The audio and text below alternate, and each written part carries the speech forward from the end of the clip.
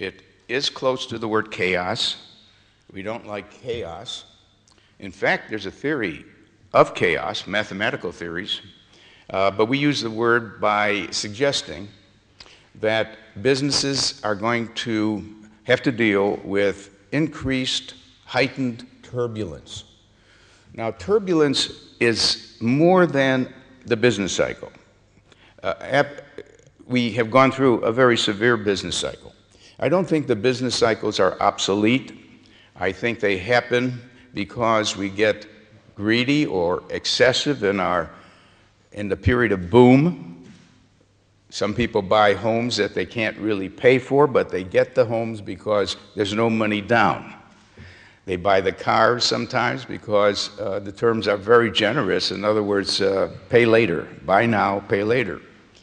And that we got carried away with that, and the result is when people couldn't pay for some of these products, we had to get the cars back, we had to close their homes, and it's a terrible situation.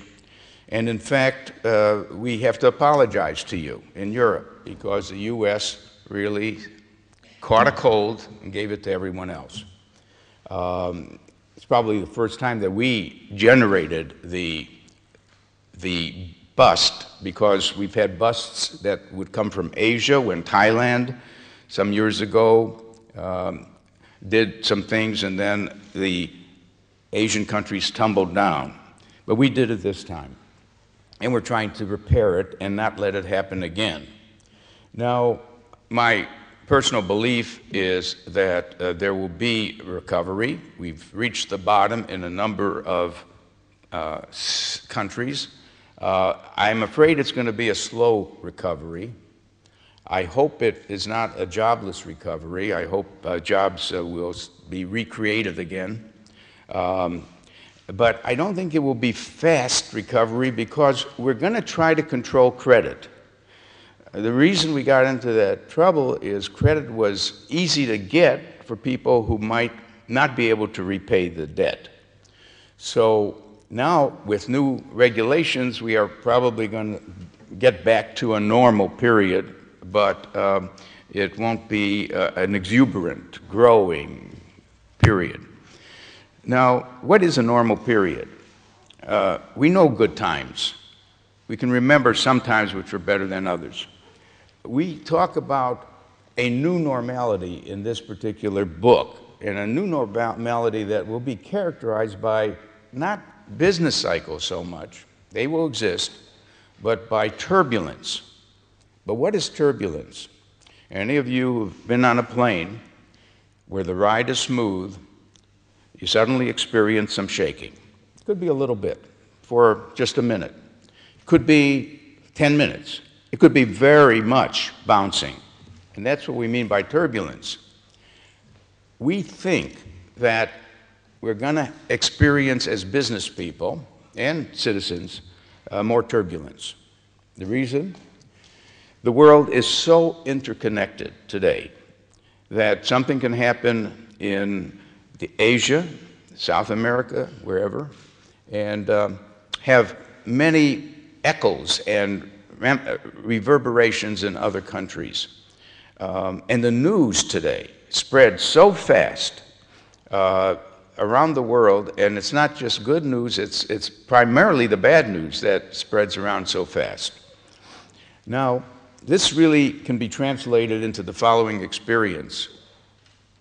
A business person goes to the office on Monday, things are normal after the weekend. Tuesday, there's a little crisis, and they solve it. Wednesday's normal, maybe Thursday, another crisis. Friday is fine, and they have a good weekend. Now, that is a normal and good situation. I don't know of any business that doesn't have a crisis from time to time. What we're predicting in this book is an increase in the number of crises and disturbances. So you go to business on Monday, there's a crisis. It lasts through Wednesday. Thursday's normal, and Friday another crisis. Of course, I hope I'm wrong. I hope that we don't have a heightened level of disturbances and so on. But we can do something about anticipating them, and we can do something about using them constructively. We anticipate crises by developing what we call, in the old days, business intelligence. That means you're collecting information about your competitors, your consumers, your politicians, your regulations, your new technologies, so that you can see the handwriting on the wall when something might happen to hurt your industry, change your industry, disrupt your industry. So some of these things that might happen are detectable, but not everything is detectable. So for those things, we advocate that you build or use scenario planning. And scenario planning means you build different scenarios of what might happen when you're doing your plan. For example, in the military, which developed scenario planning, they really are in the business of managing uncertainty. I mean, in the military, you don't know what's going to happen, where any attack will come. You can imagine the worst, you can imagine the best. So we use some of those principles and normally suggest that a company, any company here in Zagreb, any multinational, figure this out. What's the worst that could happen to us if a set of circumstances developed, including a competitor cutting his price in half, a new technology hurting us? What would its impact be? Will it reveal that we're built on a house of sand and we will collapse? What steps would we take with that scenario to survive that earthquake, so to speak? But we also build an optimistic scenario. What's the best that could happen? How fast can the market grow? What new things are we planning? What new technologies are we bringing into the market? So by building scenarios, pessimistic and optimistic, we end up getting sensitive to the range of survival possibilities and opportunities that are available. Someone said recently, a crisis is a terrible thing to waste, because a crisis is full of opportunity as well. For some people, for example, McDonald's has done very well during the crisis. And why would that be? Well, because it's getting more expensive. We have to save our money. We're going to go to fewer restaurants. If we go to a restaurant, we may not go to a fine restaurant. We'll just fill our stomach with something that's tasty and less expensive to buy. The big company, and this is the biggest in the world, and that's Walmart, has done very well with bad times. In fact, the companies that do well are the ones that are value generators. They have a high value offered for the price you pay. Obviously, Walmart works hard to have the lowest prices possible. We even heard a statement from Mr. Ryan of Ryanair when the crisis started, where he said, "What an opportunity.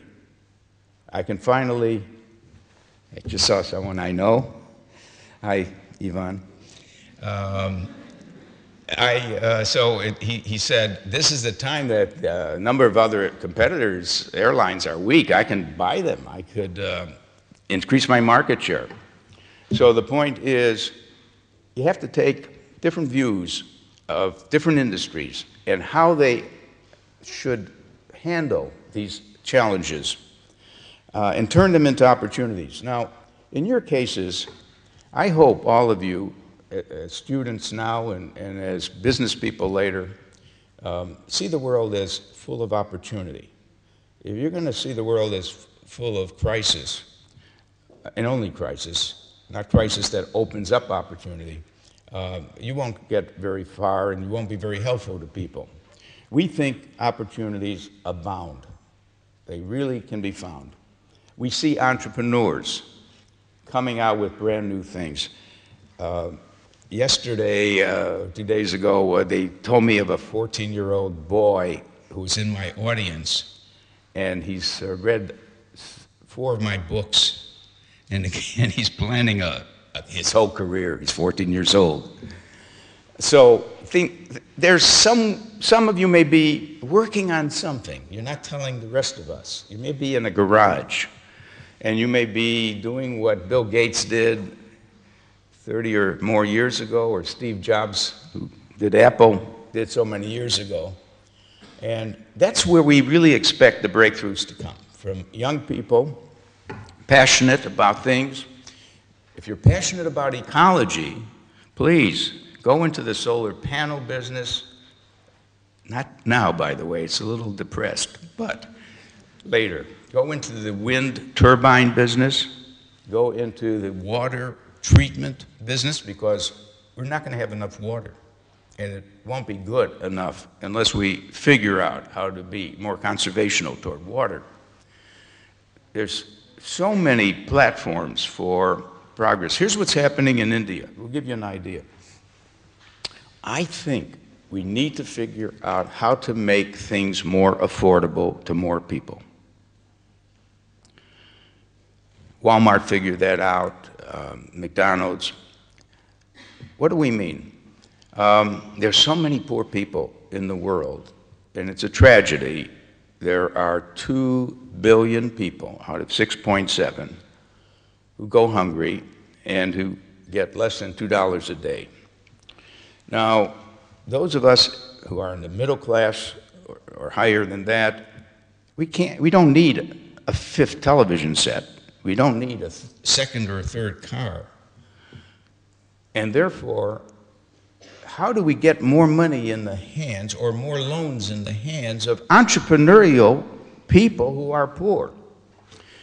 In fact, we got one answer, because we gave the Nobel Peace Prize last year to Mohammed Yunus for starting at his bank, the Grameen Bank, loans called microfinance loans. Micro because they're very small loans, where a woman who has an idea to buy a cell phone gets a loan. It's only $15, the cell phone, in Bangladesh, and she rents a call. She sells a call at a time. That is, she goes to a neighbor who wants to call some relative, and that neighbor pays for 1 call. She's so successful that she buys a 2nd phone, because she pays off her loan, buys a 2nd phone, goes to the neighboring village, hires another woman who wants to do that. Before you know it, she has an enterprise. Now, India is working on making things more affordable to people. They're working on a computer costing how much? They want to get it down to $100. The problem is, it's one you have to wind to get the electrical charge and battery. They'll figure it out. You may figure it out. The other, how much do they want to sell a car for? And I'm not talking about a covered